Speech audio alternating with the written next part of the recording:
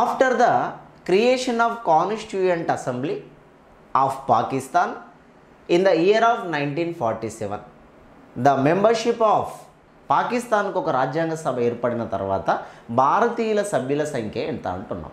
ఇందులో మనకి ఒక పాయింట్ని గమనించినట్టయితే 1946 జూన్ జూలై ఈ మిడిల్లో constituent assembly elections are conducted. Constituent అసెంబ్లీకి ఎలక్షన్స్. ఈ ఎలక్షన్లో టోటల్గా 389 మెంబర్స్ ఆర్ ఎలక్టెడ్. ఈ ఎలక్షన్ అయినటువంటి 389 మెంబర్స్లో అప్పుడు ఇండియా పాకిస్తాన్ డివైడేషన్ అనేది లేదు, బైఫర్కేషన్ ఇంకా అవ్వలేదు. ఈ 389 మెంబర్స్లో 1947 తర్వాత ఇందులో నుండి 90 మెంబర్స్ పాకిస్తాన్గా డివైడ్ కావాల్సి వచ్చింది. పాకిస్తాన్గా డివైడ్ అయిపోయారు.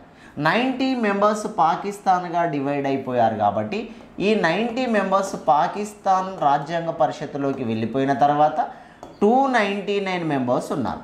299 మెంబర్ ఇండియన్ మెంబర్స్ ఉన్నారు. ఇండియన్ మెంబర్స్ భారతీయులైనటువంటి సభ్యులు 299 మంది భారతీయ సభ్యులు ఉన్నారు. ఈ 299 మంది భారతీయ సభ్యుల్లో భారతదేశానికి స్వతంత్రం వచ్చిన ఆ సందర్భంలో కూడా మనకి బ్రిటిష్ వాళ్ళు ఉండే కాబట్టి 70 మెంబర్స్ బ్రిటిష్ రూలింగ్ ఏరియాస్, ఇంకా బ్రిటిష్ వాళ్ళు పాలిస్తున్న ప్రాంతాలు కొన్ని ఉన్నాయి. స్వతంత్రాన్ని ఇచ్చినప్పటికీ ఇంకా కొన్ని ప్రాంతాలు బ్రిటిష్ ప్రాంతాలు ఉన్నాయి కాబట్టి 70 మెంబర్స్ ఇంకా బ్రిటిష్ వాళ్ళే ఉన్నారు. ఈ విధంగా ఈ 299 నుండి 70 మెంబర్స్ మనం తీసేయాల్సి ఉంటుంది కాబట్టి 229 అనే అటువంటి సభ్యుల సంఖ్య ఆ టైంలో మనకు ఉండేది. ఇందులో భాగంగా 229 అంటే ఇక్కడ బ్రిటిష్ రూలింగ్కి సంబంధించినటువంటి వాళ్ళు 70 మెంబర్స్ని తీసేస్తే 229 మెంబర్స్ అనేవాళ్ళు పాకిస్తాన్ రాజ్యాంగ పరిషత్ ఏర్పడిన తర్వాత భారతదేశంలో మిగిలిన వాళ్ళ సంఖ్య.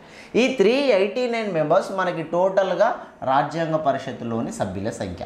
ఇందులో నుండి మనకి 15 members are nominated, 15 women members 15 మంది నియమించబడ్డారు, 15 మంది మహిళా సభ్యులు, 11 తెలుగు పీపుల్ తెలుగు మాట్లాడే వాళ్ళు 11 మంది ఆ టైంలో తెలుగు మాట్లాడే వాళ్ళు ఉండే. ఇలా 1947లో పాకిస్తాన్ కాన్స్టిట్యూయెంట్ అసెంబ్లీ అనేది డివైడ్ అయిపోయిన తర్వాత మన భారతదేశంలో నుండి కొంతమంది పాకిస్తాన్గా డివైడ్ అయ్యారు. ఇండియా నుండి డివైడ్ అయినటువంటిదే పాకిస్తాన్, ఇండియా నుండి డివైడ్ అయినటువంటిదే బర్మా, ఇండియా నుండి డివైడ్ అయినటువంటిదే బంగ్లాదేశ్. ఇలా కొన్ని దేశాలు యునైటెడ్ ఇండియా నుండి డివైడ్ అయిపోయి అవి ఫ్రీడమ్ పొందడం అనేది జరిగింది. దీనిలో భాగంగా 229 మెంబర్స్ అనే ఫస్ట్ ఆప్షన్ ఏదైతే ఉంటుందో ఇట్ ఈస్ కరెక్ట్ ఆన్సర్గా మనం తీసుకుంటున్నాం.